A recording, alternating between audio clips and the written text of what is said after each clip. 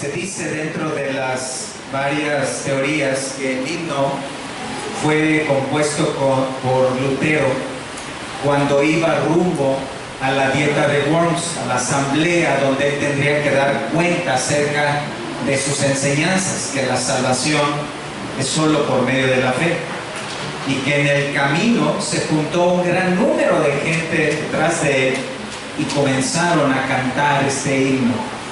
En su primera estrofa dice: castillo fuerte es nuestro Dios, defensa y buen escudo, con su poder nos librará en este trance agudo, con furia y con afán acósanos Satán, por armas deja ver astucia y gran poder, cual él no hay en la tierra. Definitivamente Lutero estaba en una batalla espiritual.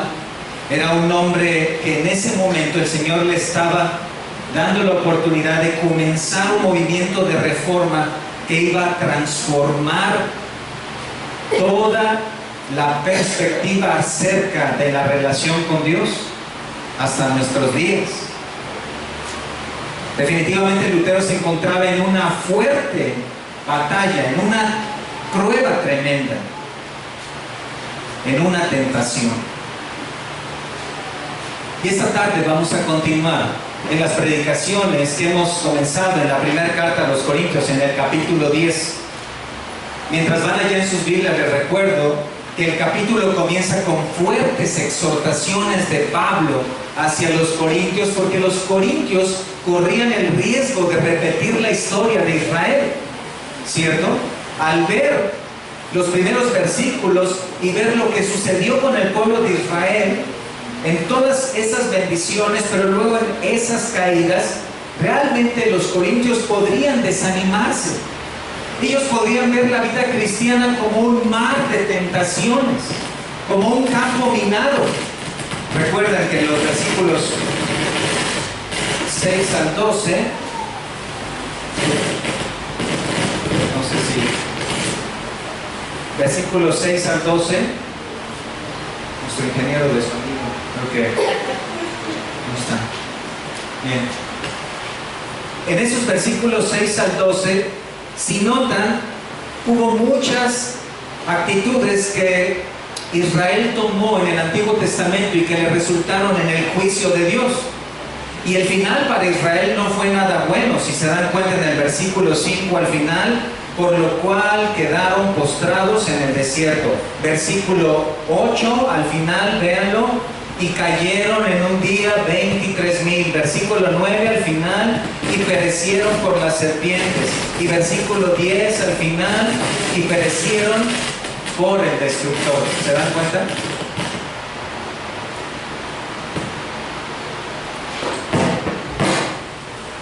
Entonces, gracias.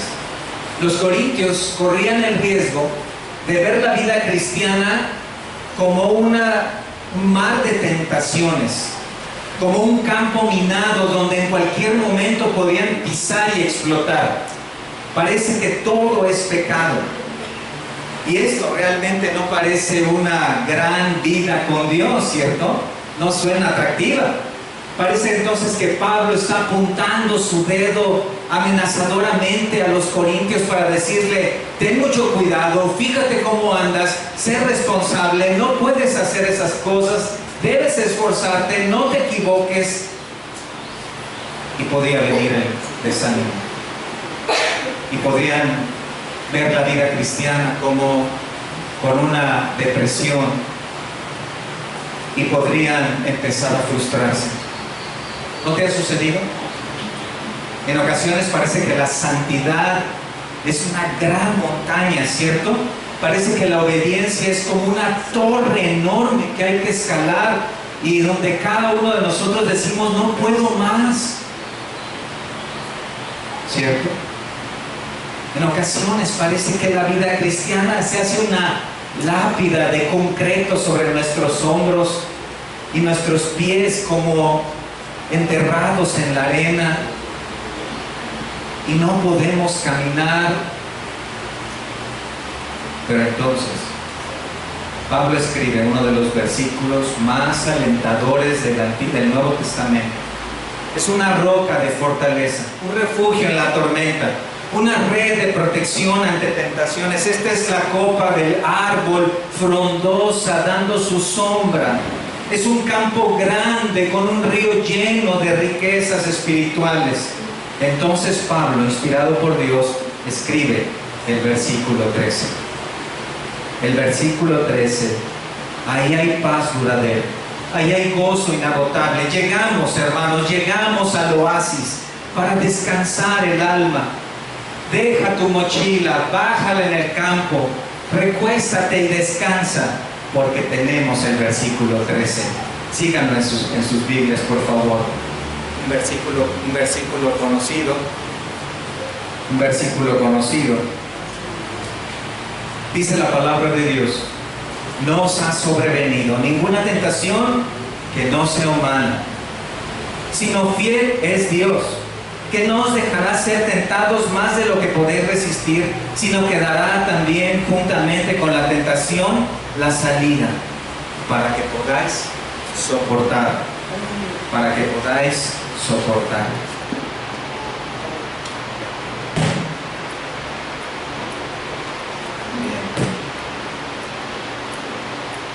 Llegamos al oasis, ¿cierto? ¿O no llegamos todavía? No, todavía no, esperen un momento.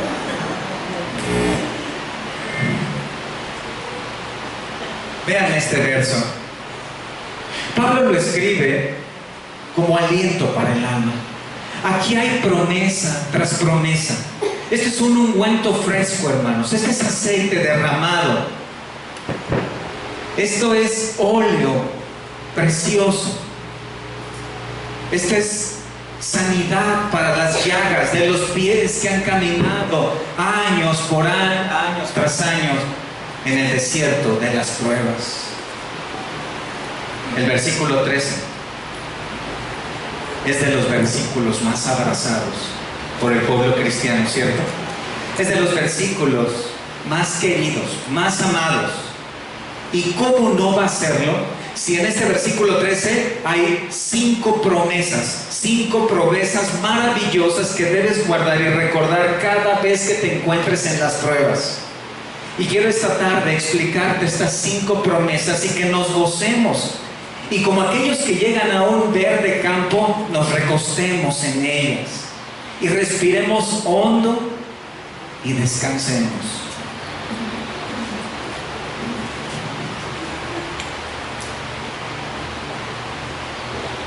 Cinco promesas. Y la primera de ellas, escuchen, Dios elige nuestras pruebas. El versículo comienza diciendo: no os ha sobrevenido ninguna tentación que no sea humana. Los corintios tenían un trasfondo tremendo. ¿Recuerdan? Idolatría, inmoralidad, egoísmo, pleitos, divisiones, orgullo. Pero ellos escucharon el Evangelio y creyeron en Cristo y fueron salvados. Pero había muchas posibilidades de caer en tentaciones. Ellos tenían muchas áreas donde su trasfondo podía resurgir, su carne podía volver. Y este capítulo 10, en sus inicios, parece desanimante. Parece que no podrían llegar al estándar y se iban a quedar en la línea, iban a fallar vez tras vez. Y esta palabra tentación ahí en el versículo 13 parece atemorizante, ¿cierto? Porque es parte de la vida del hombre. En realidad fue la tentación, la red que cautivó los corazones de Adán y Eva. Fue el anzuelo donde Adán y Eva cayeron y ahí con ellos toda la humanidad. Ahora, el término tentación que tenemos en este versículo 13 es interesante porque significa probar. Habla de una prueba. En realidad es el término que se utiliza en ocasiones como tentación o como prueba. En un sentido positivo, como una prueba que se aprueba y se avanza. En un sentido negativo, como una tentación donde se cae y se peca. Esta aplicación negativa es la que utiliza aquí el apóstol Pablo para decir que no os ha sobrevenido ninguna tentación que no sea humana. La tentación es una intención de hacer pecar. La tentación trata de desviarte de la verdad. La tentación es una trampa. Son situaciones que te tientan a equivocarte, a desobedecer a Dios, a ofenderlo a Él y a violar su palabra, a hacer lo incorrecto, a pecar. Ahora, todos hemos estado en tentaciones. En realidad las tentaciones son parte de la vida humana, es parte del ser humano. Lo primero que tenemos que preguntarnos es ¿de dónde vienen las tentaciones? Y Santiago capítulo 1, versículo 13, mírenlo conmigo, nos da la respuesta, Santiago 1:13. ¿De dónde vienen las tentaciones? Y nos dice ahí Santiago 1:13 que cuando alguno es tentado, no diga que es tentado de parte de Dios, porque Dios no puede ser tentado por el mal, ni Él tienta a nadie, sino que cada uno es tentado cuando de su propia concupiscencia es atraído y seducido. Aquí comienzas a identificar la tentación, ¿te das cuenta? Es el deseo del corazón que lleva a la persona a una circunstancia donde puedes pecar. Tu propio corazón genera deseos que te llevan a ciertas circunstancias donde puedes desobedecer a Dios. Es el deseo de desobedecer a Dios, el deseo de hacer lo malo. Ahora, ¿sabes qué es la condición? Que esto es la condición pecaminosa heredada por Adán. ¿Sabías que esto lo heredamos desde nuestros padres, abuelos y generaciones hacia atrás? Es el deseo de hacer lo malo. Así comienza todo camino, con un deseo. Es decir, tus deseos son peligrosos y hay que saber filtrarlos.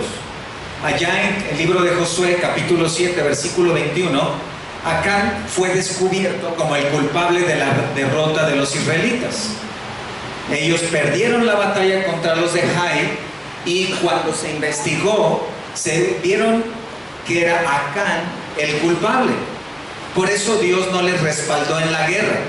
Y ahí en Josué 7:21, cuando le confrontaron y le preguntaron qué había pasado, dice, pues vi entre los despojos un manto babilónico muy bueno y 200 siclos de plata y un lingote de oro de peso de 50 siclos, lo cual codicié y tomé. ¿Se dan cuenta de la progresión? Vi, codicié y tomé. El deseo pecaminoso surge del corazón. El deseo surge de ahí y comienza a jalar todo tu ser. Tu atención, el deseo, tu atención, tu corazón, tus ojos, tu mente. Todo es para ir y hacer cosas que no quieres, decir cosas que no imaginas, pensamientos que nunca habías tenido. Algunos pensarían que están solos a merced de la tentación. Cuando los corintios vieron esto, pensarían que estaban inválidos, incapacitados, agobiados porque la tentación es fuerte, frustrados por el poder del pecado. Y prácticamente pudiéramos decir, como Eva, la serpiente me engañó y comí, como si todo estuviera perdido. Aquí es donde la verdad de Dios afina nuestros ojos. Aquí es donde Dios afianza en nuestro corazón a su verdad. Y la verdad es esta: ninguna tentación que pueda venir a tu vida está fuera del ámbito humano. Dios elige las tentaciones. Dios elige las pruebas. Ahora, ¿has escuchado cuando alguien dice, es que esto es demasiado para mí? ¿Esto es insoportable? Entonces Dios dice, mira, lo que tú estás pasando es humano. Es parte de la vida, es parte de las aflicciones comunes. Muchos otros cristianos lo han pasado y lo están pasando. Muchos están como tú. Bueno, el mundo dice, bueno, es que mal de muchos, consuelo de tontos. Pero no es así en el cristiano. Saber que muchos otros están en la batalla junto contigo, saber que muchos otros también están pasando por pruebas así como tú y como yo, nos hace entender que no estamos solos en la guerra, ¿cierto? nos hace entender que somos varios los que estamos en esas pruebas. ¿No sería desanimante ir a una guerra tú solo? Pero ¿qué sucede cuando el soldado voltea a los lados y puede ver a otros de su mismo batallón luchando con él? Tus pruebas son pruebas para muchos. Otros están contigo. Ahora, hay variantes en las pruebas. Tal vez aquí tenemos un grupo con ciertas pruebas, acá está otro grupo con otras pruebas y acá está otro grupo con otro tipo de pruebas. Y hay variantes en intensidad, en tiempo, en formas. Pero es consolador saber que otros padecen lo que tú y yo. ¡Qué bendición!, ¿cierto? ¡Qué bendición poder saber que no soy la única persona que estoy en esta clase de pruebas! Allá en primera carta de Pedro, capítulo 5, versículo 8 y 9, primera de Pedro 5, 8 y 9, dice Dios ahí: sed sobrios y velad, porque vuestro adversario el diablo, como león rugiente, anda alrededor buscando a quien devorar, al cual resistid firmes en la fe. Y miren lo que dice: sabiendo que los mismos padecimientos se van cumpliendo en vuestros hermanos en todo el mundo. Si hiciéramos grupos por pruebas, tal vez tendríamos un grupo que están en las pruebas de enfermedades, otro grupo que están en las pruebas familiares, otro grupo que están en las pruebas económicas, otro grupo que están en las pruebas de persecución, y así cada uno de nosotros entraríamos en un grupo. Y lo que Dios dice es: sabe esto, muchos están ahí. Somos un cuerpo, y cuando uno se duele, entonces podemos también ver cómo el resto del cuerpo se acerca a ese que se duele. Cuando viene un temblor, son las paredes, varias las paredes que se dañan, ¿cierto? Y cuando se dañan esas paredes y toda la construcción está en peligro, pero esas paredes están unidas. Y esas paredes, así como esas paredes se dañan, así también varios de nosotros estamos en medio de las pruebas, luchando con las tentaciones. Entonces, lo que Dios está diciendo aquí es: ninguna, versículo 13, no os ha sobrevenido ninguna tentación que no sea humana.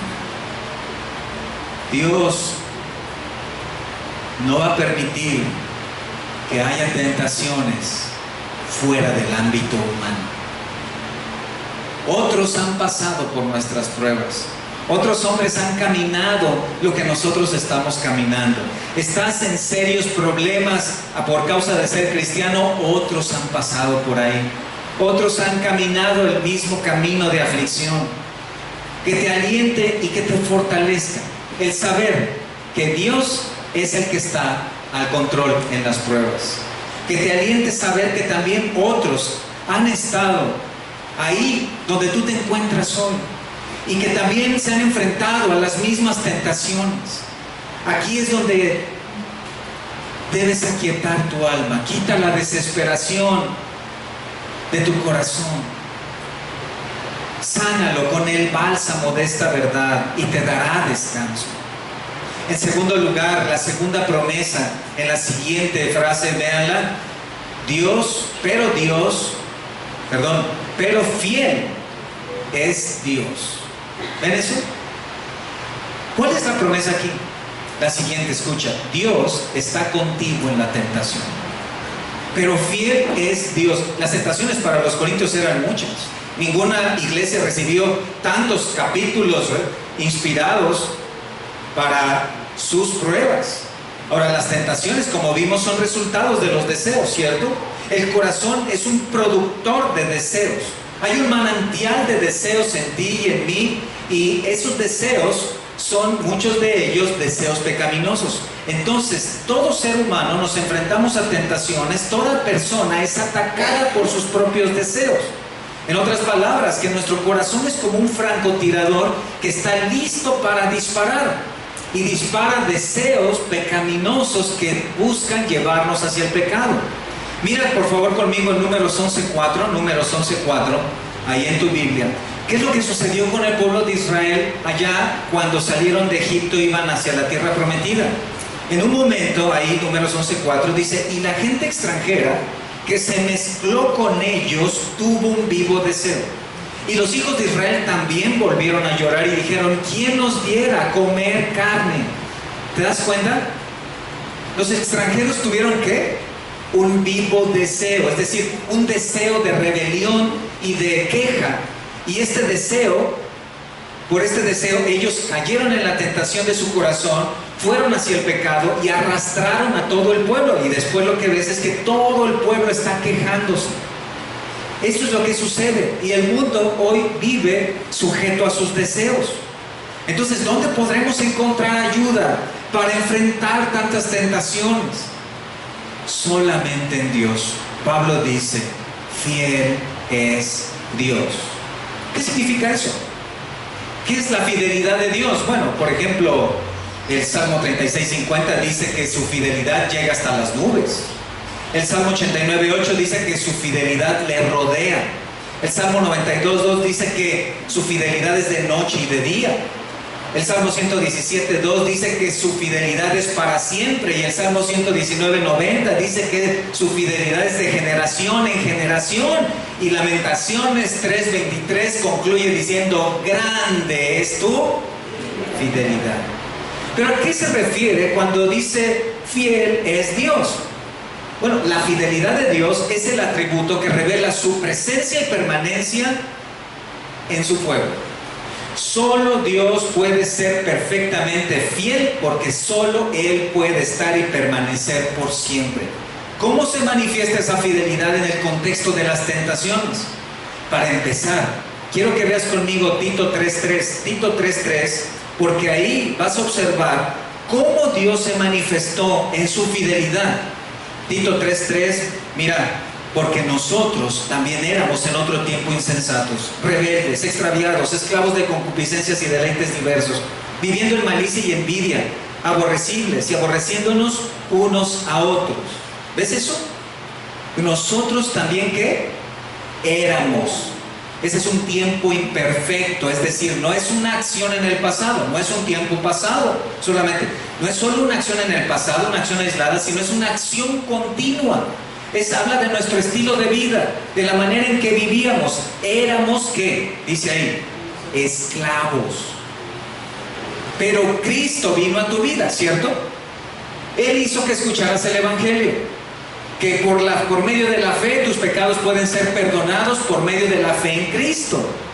Y pusiste tu fe en Él, y Él te salvó. Y se ha manifestado su fidelidad al cambiar tu corazón cada día. ¿En qué? En sus deseos, en tus deseos. Él pone ahora sus deseos en tu corazón. En otras palabras, implanta su voluntad en tu voluntad, para que ahora tú comiences a hacer la voluntad de Él. Y ahora su fidelidad es la permanencia contigo a través de su Espíritu. ¿Te das cuenta? La fidelidad de Dios se manifestó cuando Él fue fiel a su voluntad en la salvación que te dio en el pasado. ¿Por qué fiel a su voluntad? Porque esa salvación fue el resultado de su fidelidad a su designio, a su palabra. En otras palabras, la doctrina de la predestinación, de la elección. Dios fue fiel a su predestinación, a su elección, y te salvó. Pero hoy sigue siendo fiel a su promesa y te está santificando.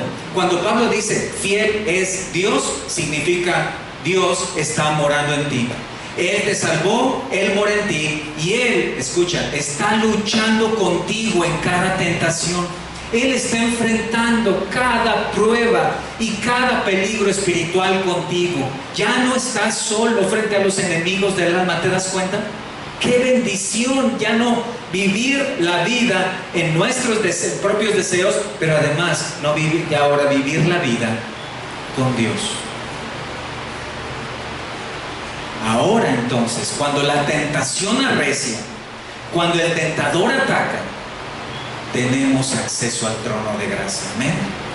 Hebreos 4:14, mírenlo conmigo, Hebreos 4:14, cuando nos dice la palabra: por tanto, teniendo un gran sumo sacerdote que traspasó los cielos, Jesús el Hijo de Dios, retengamos nuestra profesión. Porque no tenemos un sumo sacerdote que no pueda compadecerse de nuestras debilidades, sino uno que fue tentado en todo según nuestra semejanza, pero sin pecado. Y mira el versículo 16, esto es maravilloso. Acerquémonos pues confiadamente al trono de la gracia para alcanzar misericordia y hallar gracia para el oportuno socorro. Hermanos, la fidelidad de Dios se manifiesta en el momento en que nos dice: las puertas del palacio están abiertas para que vengas a mí y tú te fortalezcas y encuentres lo que necesitas para enfrentar tu tentación. Fiel es Dios significa siempre disposición a fortalecerte en medio de la prueba, en medio de la tentación. Su fiel ayuda para que tú enfrentes la vida cristiana y cada tentación la resistas. El pastor Spurgeon escribió acerca de las pruebas. En sí mismo, dijo él, particularmente hablando de enfermedades, dice: el dolor no santificará a nadie. Tiende inclusive a ensimismar a la persona y volverla malhumorada, enojadiza, egoísta. Pero cuando Dios bendice ese dolor, entonces tendrá un efecto sumamente saludable, una suavizante influencia de obediencia. Fiel es Dios, es la roca, es la promesa a la que debes aferrarte en medio de la tentación. Amén. Número 3. No solamente Dios elige tus pruebas, no solamente Dios está contigo en tus pruebas, sino en tercer lugar, escucha, Dios limita tus tentaciones. Dios limita tus pruebas. Vean la siguiente frase: que no os dejará ser tentados más de lo que podéis resistir. Vean esas palabras, hermanos, ¿no son maravillosas? ¿No son como oro? No os dejará ser tentados. Ese es el límite de Dios. Ese es Dios limitando hasta cierto punto tus pruebas. Ahora, recuerden, Pablo puso como ejemplo a Israel ahí en los versículos 1 al 12. El pueblo de Israel recibió muchas bendiciones, primeros 5 versículos, pero fallaron. Y estos eran los ejemplos para los corintios, pero también los ejemplos para nosotros. Ahora, las pruebas para Israel fueron graduales en intensidad, aumentaron conforme avanzaban en el desierto. Ellos no se enfrentaron a unos pueblos sino varios años después de que estaban en el desierto. Las pruebas fueron poco a poco, y aquí se revela una gran verdad: las tentaciones en tu vida van a ser limitadas por Dios conforme a tu crecimiento.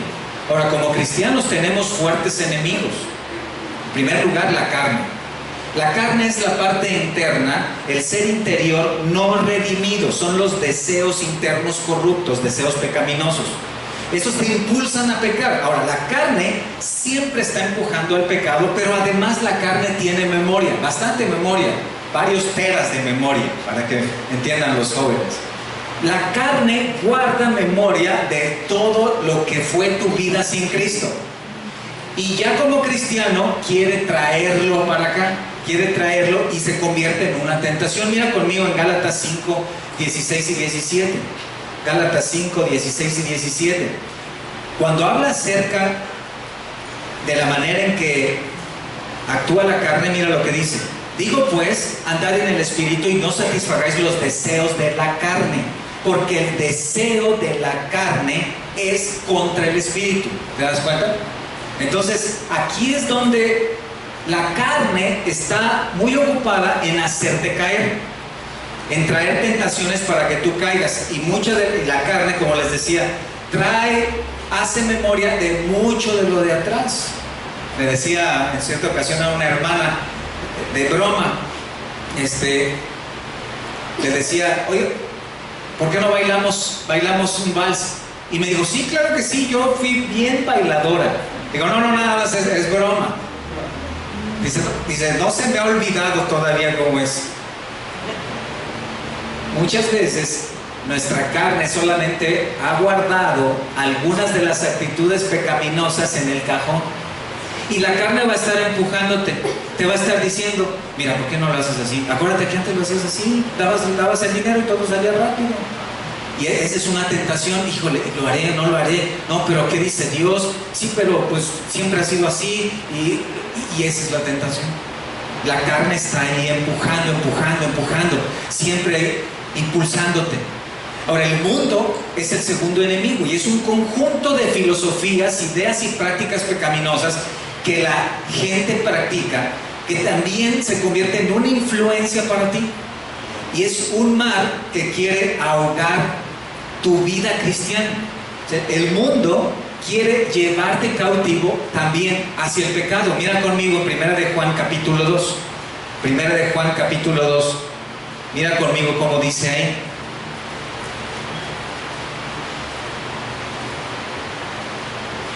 Si miras desde el versículo 13, observa cómo dice: os escribo a vosotros padres porque conocéis al que es desde el principio.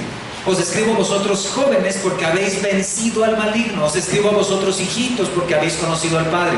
Os escribo a vosotros padres porque habéis conocido al que es desde el principio. Os escribo a vosotros jóvenes porque sois fuertes y la palabra de Dios permanece en vosotros y habéis vencido al maligno. Hablando de grados de madurez aquí.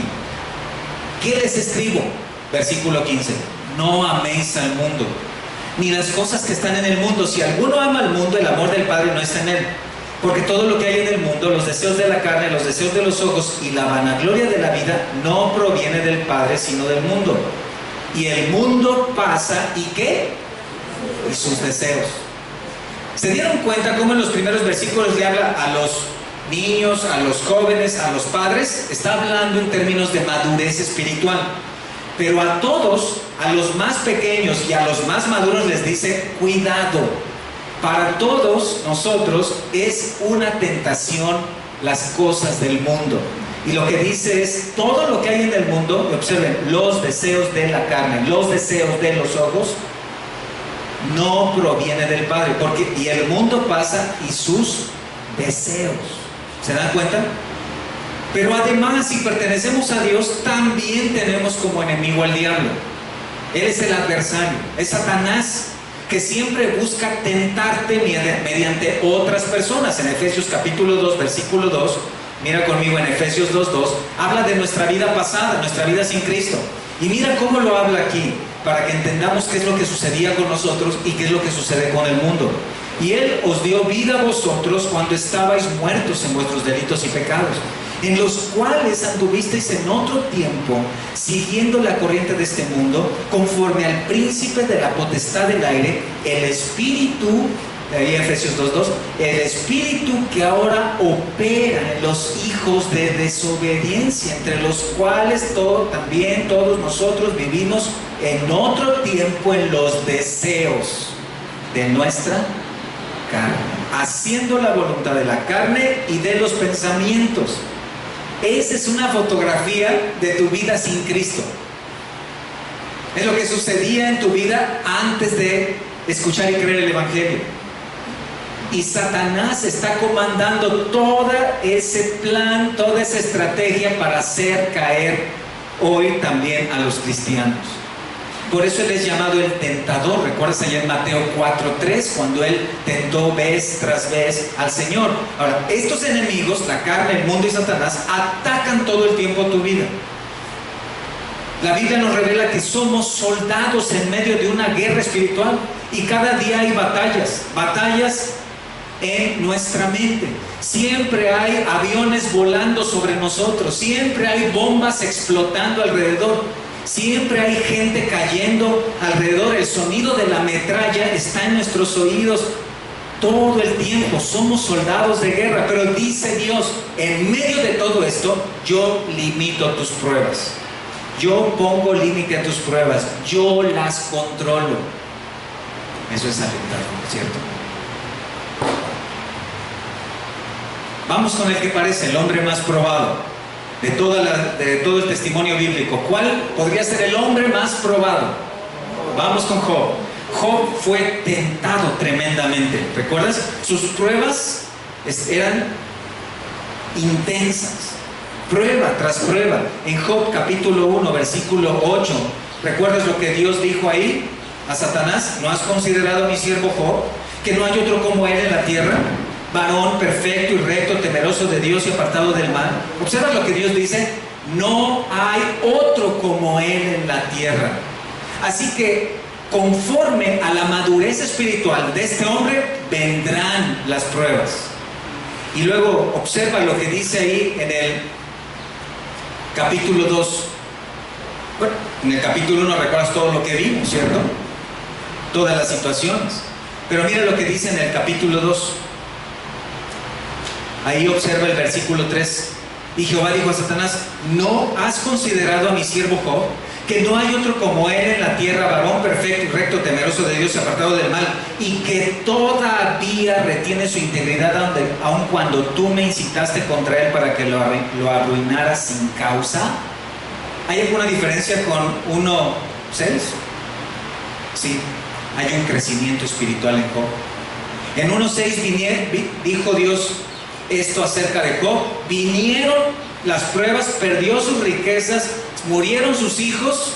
Y luego en el capítulo 2, versículo 3, está otra vez Job, pero dice: ahora ha crecido espiritualmente, ahora ya creció, sigue siendo perfecto y recto, temeroso de Dios y apartado del mal, y aún retiene su integridad.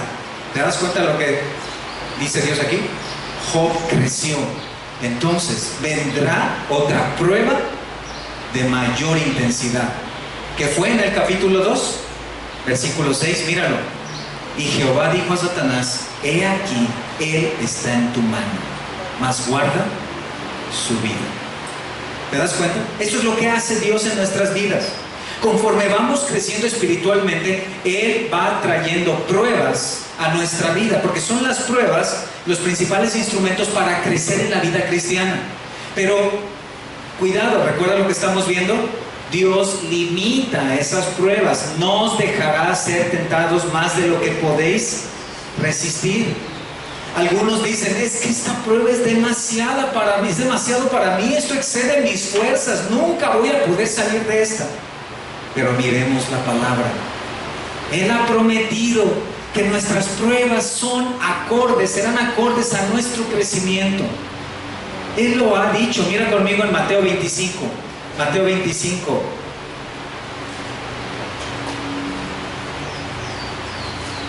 Versículo 14 y 15. Porque el reino de los cielos es como un hombre que, yéndose lejos, llamó a sus siervos y les entregó sus bienes. A uno dio 5 talentos, y a otro 2, y a otro 1. A cada uno conforme a ¿qué? Su capacidad. Y luego se fue lejos. ¿Te das cuenta? Dios considera capacidades. No estamos hablando de esfuerzo humano. Él ha considerado que en medio de la tentación, o frente a la tentación, en medio de la prueba, tú dependas de Él y con tus capacidades puedas resistir la tentación y ganar la batalla espiritual. Él ha considerado que dependas de Él en todo. Pero sí hay grados de prueba, hay grados de tentación. Conforme tú vas avanzando en la vida cristiana, es como esas tentaciones vienen a tu vida. ¿Cuál es el objetivo? Lo que dice ahí, vean en el versículo 13, regresando a nuestro pasaje central, cuando dice: no os dejará ser tentados más de lo que podéis, ¿qué? Resistir. El término es dunamis. Se los digo porque de ahí tenemos una palabra conocida que es dinamita. Es dinamita. ¿De qué está hablando Dios? Es capacidad, es poder espiritual. Dios limita tus tentaciones a aquello que con su ayuda puedes resistir, aquello que con su ayuda y su poder espiritual puedes hacer frente y vencer en la batalla. Ese es nuestro maravilloso Dios, que está haciendo una labor personalizada en cada uno de nosotros. Y las pruebas, tal vez podríamos juntar dentro de ese grupo a los que están en pruebas de enfermedad, pero seguro en cada uno de ellos el grado de la prueba es distinta, de acuerdo a la manera en que Dios trabaja contigo. Es como las matemáticas. Se pueden estudiar matemáticas toda la vida, ¿cierto? Pero un niño pequeño de 6 años va a comenzar a sumar y ahí en las sumas él va a tener su grado de dificultad. Pero luego va creciendo y va a entrar a los quebrados. Y en los quebrados va a tener también su grado de dificultad. Y va a ir creciendo y se va a enfrentar a ecuaciones de primero, de segundo, de tercer grado. Y ya cuando esté en la preparatoria va a ser el cálculo integral, ¿cierto? Cada uno desde los 6 años hasta la preparatoria y la universidad, cada uno de ellos tiene una prueba conforme a su capacidad.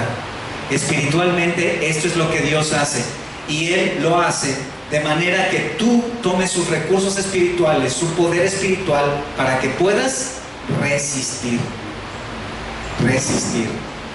Lo que estás viviendo ahora, escucha, es perfecto, es ideal. Algunas de las pruebas son tremendas. Algunas de tus pruebas tal vez te parecen agobiantes, increíbles. Tal vez algunas de tus pruebas casi no caben en la razón humana.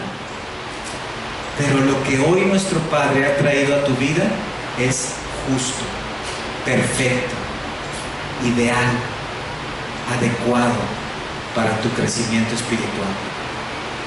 Oras, vas a la palabra, te tomas de Él, dependes de Él, llevas tu corazón allá, entonces su espíritu te fortalece, te da sabiduría y pasas la prueba y sigues creciendo y vas primero, segundo, tercero, cuarto, vas por grados de gloria en gloria a la semejanza de Cristo.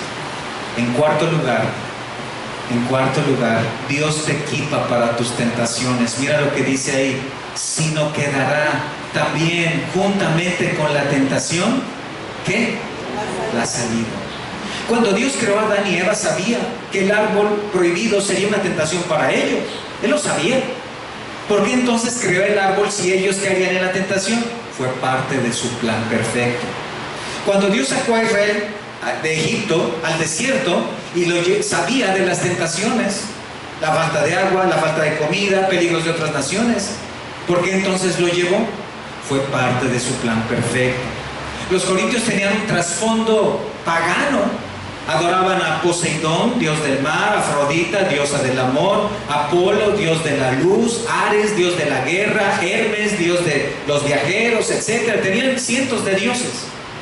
Al venir a Cristo, tenían la tentación de poner su confianza otra vez en aquellos dioses. Entonces, ¿por qué Dios los sacó de ahí?